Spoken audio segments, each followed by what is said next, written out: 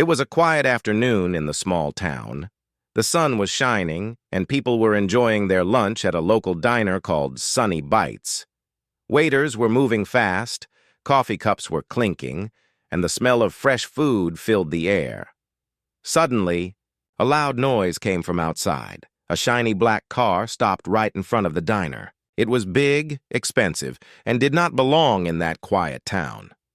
Everyone inside turned to look. A woman stepped out of the car. She was tall, wearing high heels and a red coat. Her face looked angry. Her eyes were sharp and her lips were tight. She pushed open the diner door hard. It slammed against the wall. Everyone turned to look at her.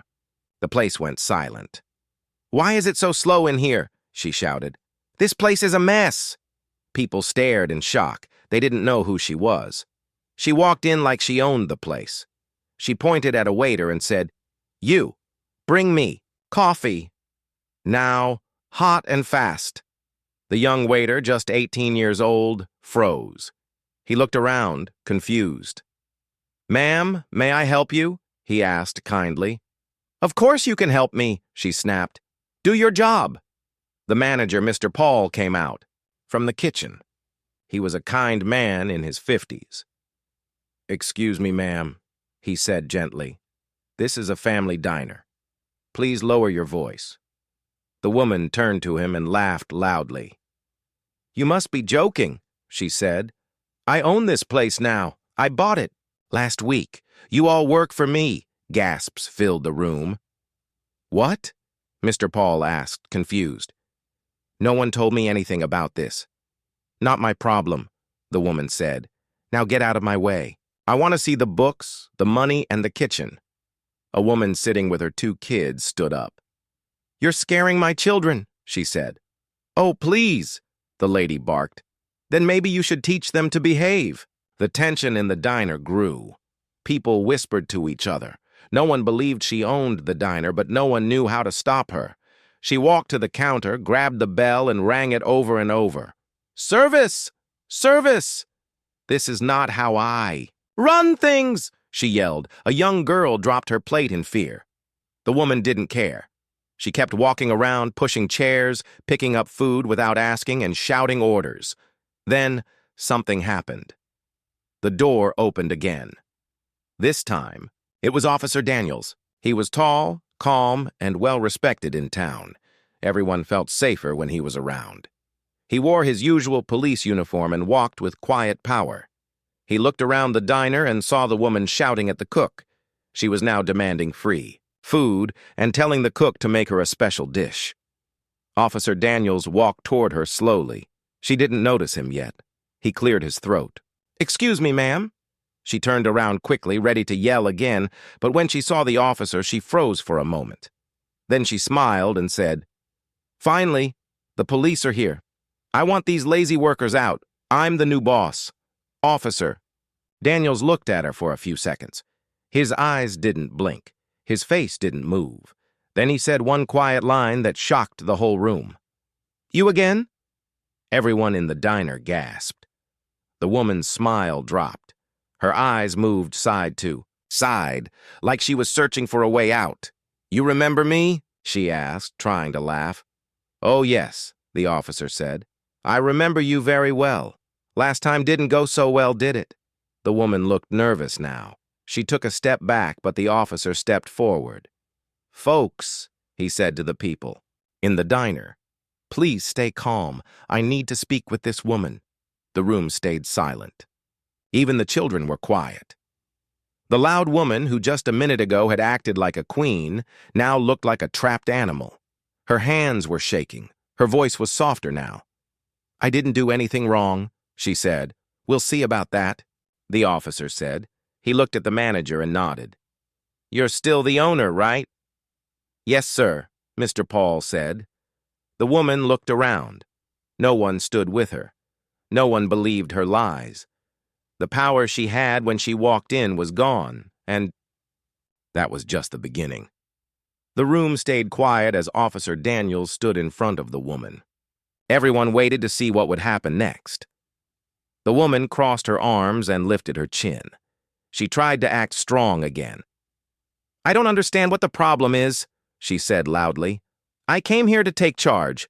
I am the new owner of this place.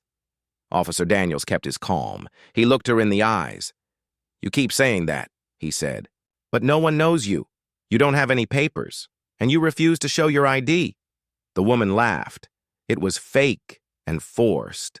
I don't carry papers with me all the time, she said. Do you think rich people like me need to prove ourselves to people like you? Some people in the diner gasped again. The woman had insulted the officer and also the people in the room. Officer Daniels didn't lose his temper. He just spoke more firmly. Ma'am, this is a small town. Everyone knows each other here. If someone bought this diner, I would know about it. The town hall would know. And Mr. Paul, he said, pointing to the manager, would know too. Avit. Woman didn't answer. She started looking around nervously. I think it's time you tell us your name, the officer said. I don't have to tell you anything, she replied. The officer took a slow breath. Then I'll tell your name, he said. The woman's face turned pale. He looked straight at her and said, Your name is Sandra Lee Porter. The room went silent again. People looked at each other. The name sounded familiar. A man sitting in the corner stood up. His name was Mr. Jacobs. He wore a blue cap and had a long white beard. I know that name, he said slowly. Sandra Porter. Weren't you the woman who worked at Green Hill Hotel 2 years ago? The woman's eyes grew wide. I don't know what you're talking about, she said. But Mr. Jacobs continued. I stayed at that hotel during a family reunion. You were loud, rude, and always yelling at the staff. You got fired after some guests complained. A waitress named Lisa nodded. She once screamed at me, she said. I was working at that hotel too. She blamed me for losing her necklace, but it was found in her own bag. People began to whisper all around the diner. Sandra took a step. Back Officer Daniels pulled out a small file from his jacket. I didn't come here without a reason, he said. I got a call this morning from the grocery store nearby. You yelled at their workers too and tried to take food without paying. That's a lie, Sandra shouted. But the officer opened the file and read aloud. Sandra Lee Porter, fired from 3 jobs in 3 different towns, known for pretending to be rich, walking into businesses, and causing problems. Once claimed she owned a bakery in Riverbend. Another time, a motel in Westwood. Gasps filled the room again. A woman at the counter whispered, So she does this often? The officer nodded. Yes. She shows up in nice clothes, acts like a boss, makes a scene, and tries to get free things. Sometimes she even steals. I didn't steal anything today, Sandra shouted. But you caused fear, Officer Daniels said. You scared children. You yelled at workers. You made up lies. Sandra looked around. She didn't know where to go. No one was on her side. People she didn't even know were standing up, telling stories about her. A young man near the door asked, Why does she do it? Why pretend to be someone she's not? The officer looked at Sandra. Maybe we'll find out, he said. But right now, I need you to come with me. We can talk more at the station. Sandra looked down at her shoes. She didn't yell this time. She didn't fight. She simply nodded. Before she walked out, she looked at the people inside the diner. Her voice was low this time. I just wanted respect, she whispered. That's all I ever wanted. No one spoke. Officer Daniels gently guided her out the door. As they left, the diner slowly came back to life. People talked quietly, still shocked by what they had seen. Children asked their parents questions. Workers cleaned up the mess. Mr. Paul looked at his staff and said, Let's get back to work. But in everyone's mind, one question remained. Why? Did Sandra do all this? That question would soon be answered. Outside the diner, Officer Daniels opened the back door of his police car. Sandra stood still for a moment. Her face had changed. She didn't look angry anymore. She looked tired, defeated. She sat in the car quietly, and the door closed behind her. Back at the diner, people were still talking about what happened. No one could believe how Sandra had walked in, shouted at everyone, and acted like the owner. Some people were still shaken. Others were curious. Who was she, really? And why? Did she keep doing this in different towns? An hour later, at the small police station, Officer Daniels sat across from Sandra in a quiet room. He placed a cup of water in front of her. "You haven't said much," he said gently. Sandra looked at the cup. Her hands were shaking. "Why? Should I talk?" she asked. "No one believes me? They never have." "I believe in the truth," the officer replied, "and I think it's time you told yours." Sandra took a deep breath. "Do you want to know the real story?" she asked. "Yes," Officer Daniels said. "Start from the beginning." Sandra looked down at her hands. Then she began to speak in a soft voice. 10 years ago, she said, I had everything. I had a job at a big company in the city. I had a nice apartment. I even had a small car. Nothing fancy, but it was mine. She paused. But one day, everything changed. The company fired a lot of people. I was one of them. They said I wasn't needed anymore. Her voice trembled. I tried to find another job, but no one wanted to hire me. Weeks turned into months. I used all my savings to survive. Then my apartment was taken away. I had nowhere to go. Officer Daniels listened carefully. Sandra continued. I started staying in shelters. I wore the same clothes every day. People stopped seeing me. It's like I became invisible. Tears filled her eyes. I got tired of being ignored. Tired of feeling worthless. One day, I found a coat someone had left behind at a shelter. It looked rich, red and shiny. I put it on, and people looked at me differently. For the first time in months, someone opened a door for me. So, she said slowly, I kept doing it. I walked into stores, restaurants, motels, dressed like someone important. And people treated me better. I didn't steal money, I just stole attention. Officer Daniels leaned forward. But yelling at people, scaring kids? Why do that? Sandra wiped her eyes. I thought that if I acted strong and powerful, people would respect me. I thought shouting would make them listen. But that's not respect, the officer said gently. That's fear. Sandra nodded slowly. I see that now, she said. But back then, I just wanted someone, anyone, to look at me and say, you matter. There was a long silence. Then Officer Daniels opened the file in front of him again. You were in Riverbend last year. You scared an old couple in a bakery, Sandra nodded. I told them I was the new owner too. They looked so afraid. I didn't mean to hurt them. I just wanted to be noticed. What about the hotel in Westwood? He asked. I worked there, she said.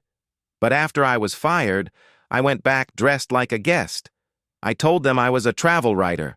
I made up stories so I could stay one night in a clean bed. Officer Daniels sighed. You've been running from the truth for a long time, Sandra, he said. Sandra nodded.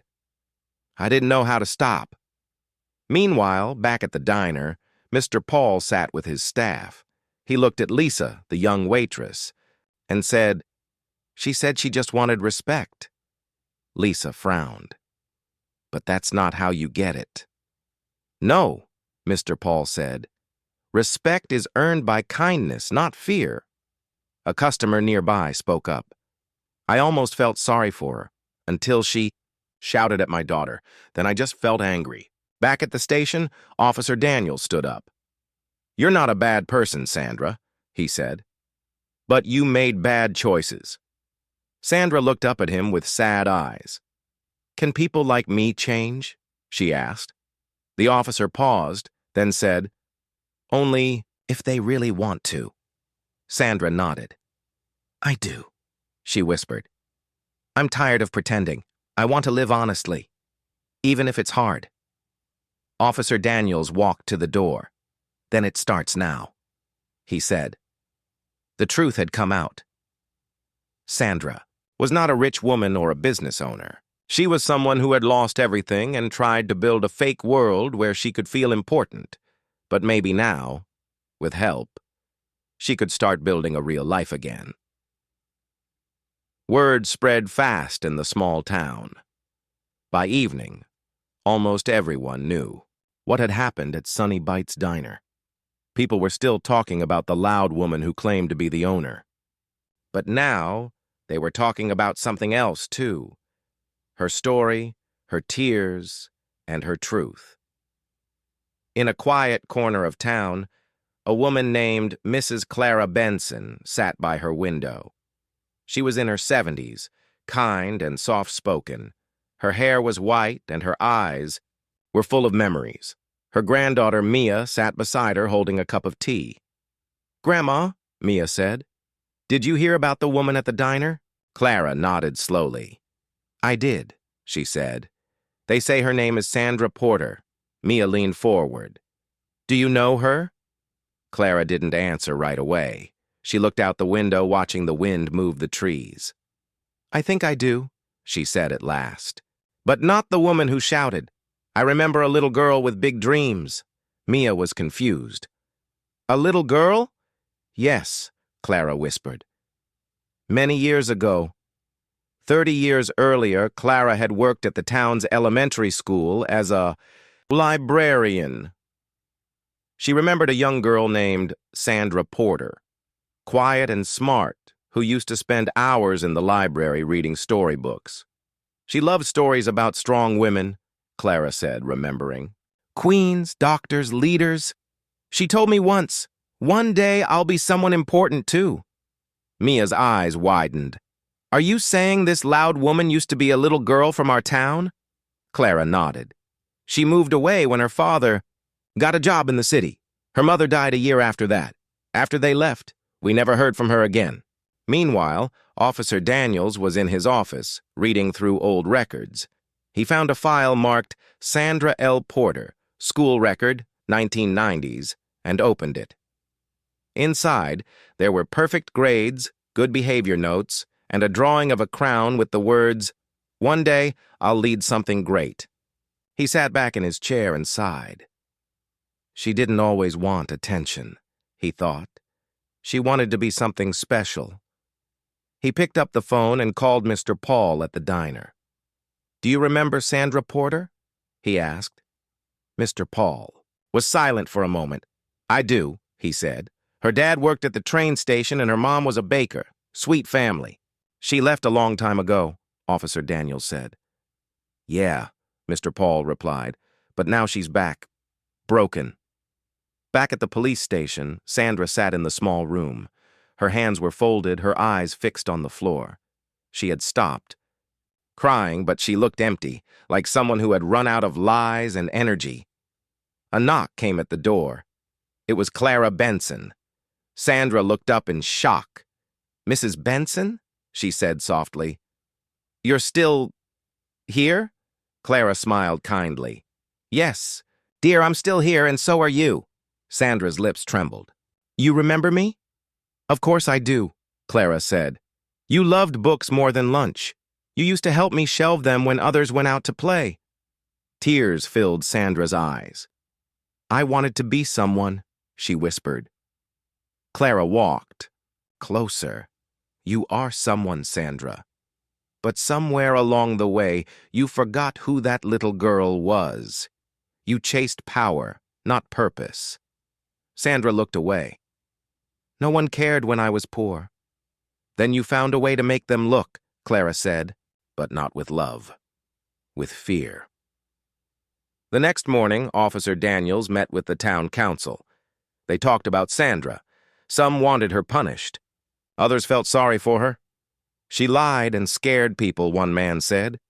"But she also cried and told the truth," another woman replied. Mr. Paul stood up. "She's not dangerous. She's broken. What she needs is a second chance, not a jail cell." There was silence. Then Officer Daniels spoke. "I believe people can change, if we help them." Back at the diner, things were back to normal. Lisa was serving coffee, and the bell at the door rang like always. But one thing was different. On the wall near the counter, there was now a small photo. It was of a little girl sitting in a library holding a book. On the bottom, written in simple letters, were the words, "Everyone has a story, even the loud ones." Back in her small room at the station, Sandra looked out the window. For the first time in years, she felt something she hadn't felt in a long time. Hope. Maybe. Just maybe. Someone still saw the little girl inside her, and maybe the town was beginning to remember who she really was. Sandra sat on the small bench outside the police station. The morning sun was warm, but her heart still felt cold. She didn't know what would happen next. Would they send her to jail? Would the town keep hating her? Would anyone believe that? She wanted to change? She looked down at her hands. They were rough and tired. The hands of someone who had lived a hard life, not the hands of a queen, a leader, or a rich woman. Just then, Officer Daniels walked out of the building. He sat beside her without saying anything. For a few moments, they both just watched the street.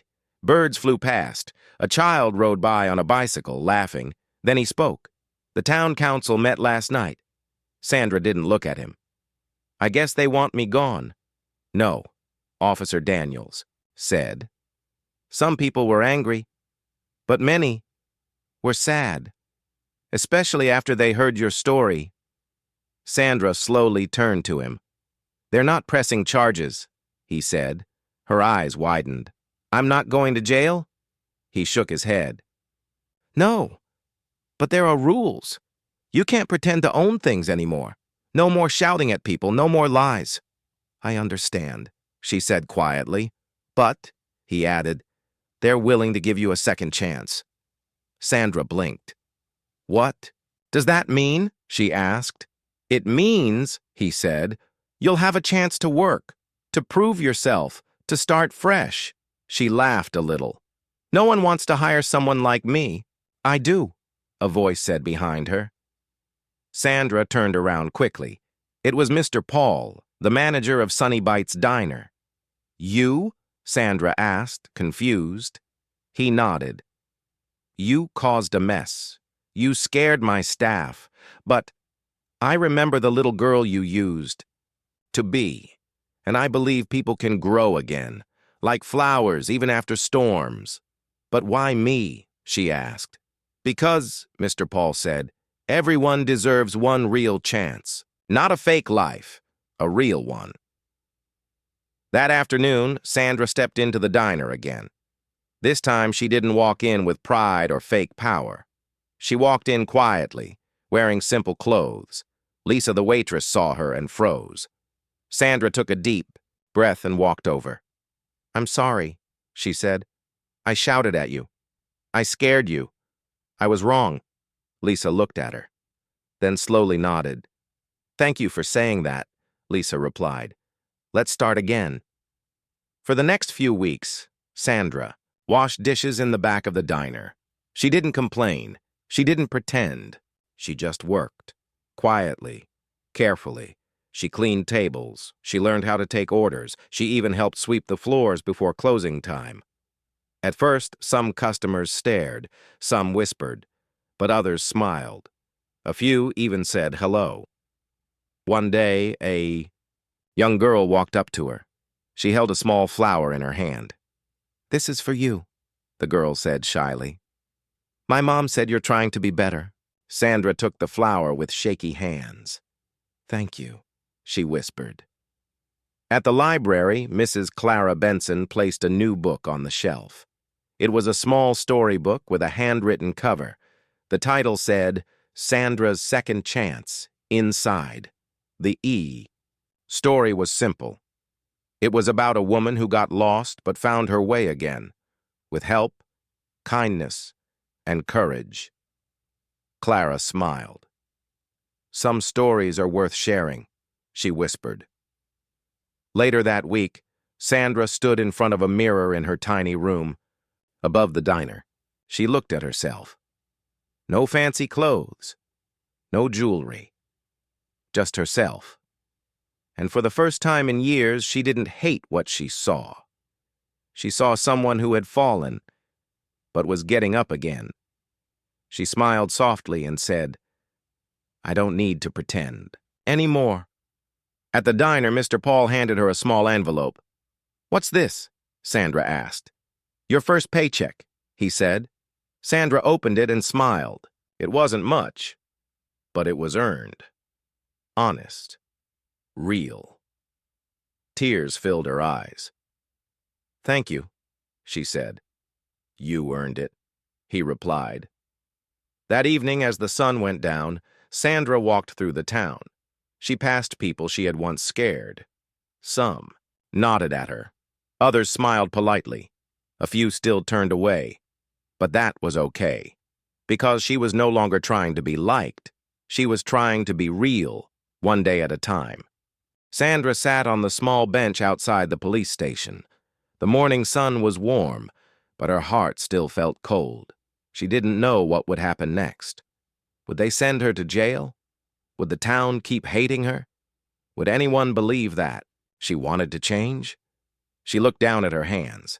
They were rough and tired. The hands of someone who had lived a hard life, not the hands of a queen, a leader, or a rich woman.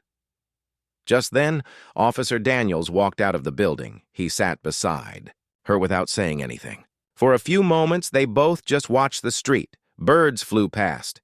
A child rode by on a bicycle, laughing. Then he spoke. "The town council met last night." Sandra didn't look at him. "I guess they want me gone?" "No," Officer Daniels said. Some people were angry, but many were sad, especially after they heard your story. Sandra slowly turned to him. "They're not pressing charges," he said. Her eyes widened. "I'm not going to jail," he shook his head. "No, but there are rules. You can't pretend to own things anymore. No more shouting at people. No more lies." "I understand," she said quietly.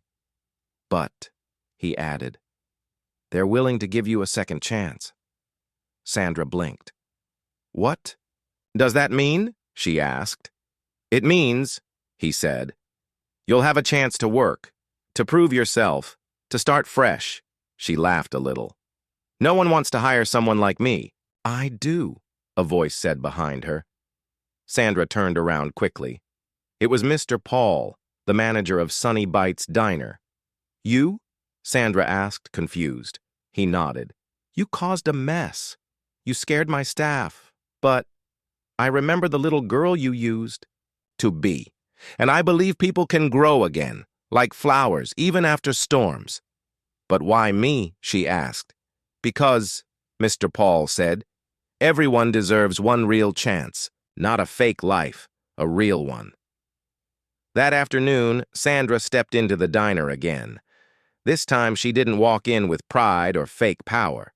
She walked in quietly, wearing simple clothes. Lisa, the waitress, saw her and froze. Sandra took a deep breath and walked over. "I'm sorry," she said. "I shouted at you. I scared you. I was wrong." Lisa looked at her, then slowly nodded.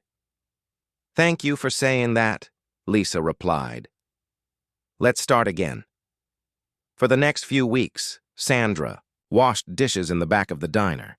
She didn't complain. She didn't pretend. She just worked, quietly, carefully.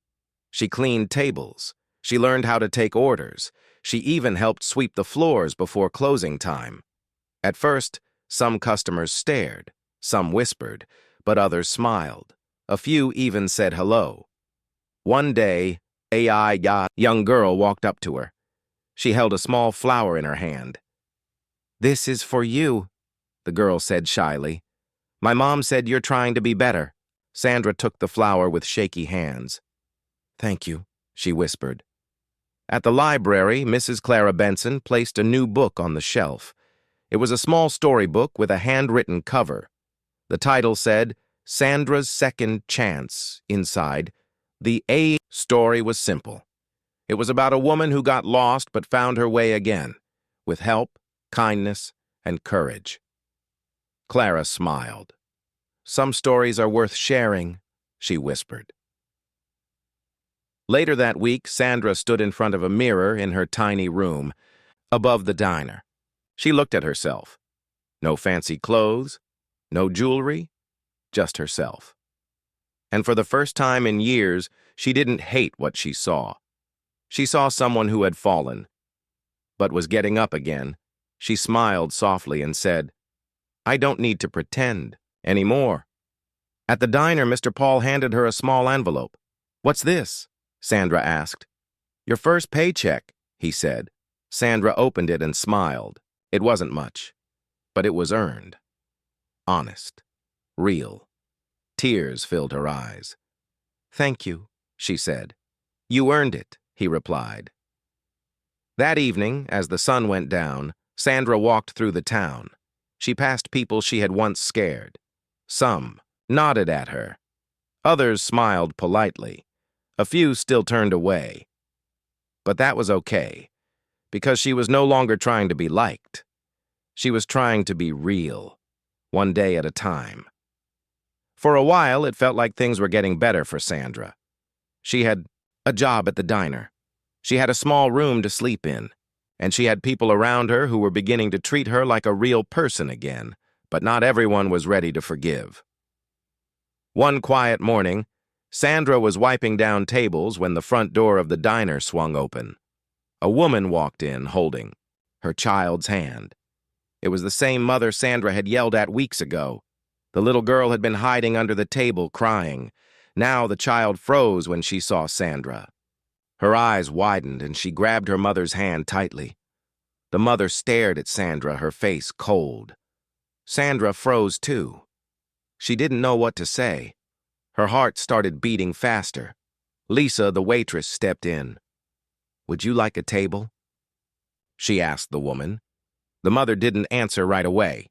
Her eyes stayed locked on Sandra. Then she said, Not if she's here. Sandra felt like she had been punched in the stomach. I'm sorry, Sandra said softly. I never meant to scare your daughter. I was angry and lost. But the woman shook her head. You can say sorry 100 times. It doesn't fix what you did. Then she turned to Lisa. We'll eat somewhere else. She left, holding her daughter's hand tightly. The bell above the door jingled as it closed. Sandra stood still, her eyes on the floor. She felt like she didn't belong again. Like all her hard work meant nothing. Mr. Paul came out from the kitchen and walked over to her. Hey, he said gently. That was hard. Sandra nodded, trying not to cry. I thought people were starting to forgive me, she whispered. Some are, Mr. Paul said. But not everyone. Some wounds take longer to heal. Maybe I don't deserve to be here, she said quietly. Mr. Paul placed a hand on her shoulder. No, he said. You made mistakes, yes, but you're trying, and that matters. Later that day, Sandra went for a walk. She needed to clear her head. She passed the bakery, the park, the school. People glanced at her. Some smiled politely. Others looked away. She sat on a bench in the park and watched a group of kids playing. One of the girls tripped and fell. She began to cry. Without thinking, Sandra got up and hurried over. Are you okay? She asked gently. The girl looked up at her, scared at first. Then she saw Sandra's soft eyes. Sandra helped her up, brushed off her knees, and smiled. There, she said. All better. The girl's mother came rushing over. What happened? Sandra stepped back. She just fell. I helped her. The mother looked at Sandra, unsure. Then she gave a small nod. Thank you, she said, and walked away with her daughter. Sandra sat back down. That felt right, she thought. Helping, not pretending. That's who I want to be. Back at the diner, Lisa noticed something on the counter. It was a folded note with Sandra's name on it. She handed it to her during the lunch break. Sandra opened it slowly. The handwriting was shaky. It read, You scared my son 2 weeks ago. He still talks about the mean lady. I wanted to stay angry, but I saw you picking up trash outside the diner yesterday. I saw you smiling at the elderly man who dropped his wallet. Maybe you're not the same person anymore. I'm not ready to forgive, but I'm watching. Don't stop trying." Sandra read the note twice, then she folded it and placed it in her pocket like a treasure. That evening, she visited Mrs. Clara Benson at the library. Clara was putting books on a shelf when Sandra arrived. "Rough day?" Clara asked, noticing the sadness in Sandra's eyes. Sandra nodded. "Some people still hate me." Clara smiled kindly. "That's okay." "But I said sorry," Sandra whispered. "I'm working hard." Clara placed a book on the table. "Forgiveness," she said, "is not something we can demand. It must be given freely. And some people need time." Sandra looked down. "What if they never forgive me?" "Then you keep going," Clara said. "You live in a way that makes peace with the past. Not to get their forgiveness, but to give yourself a future." That night, Sandra returned to her small room above the diner. She sat on her bed and stared at the ceiling. She thought about the angry mother, the crying child, the note, and the little girl she used to be. And then she made a quiet promise to herself: "I will not quit. Even if some people never forgive me, I will still become better. I will not let my past decide my future." Outside, the wind moved gently through the trees, and inside, Sandra finally fell asleep with a calm heart.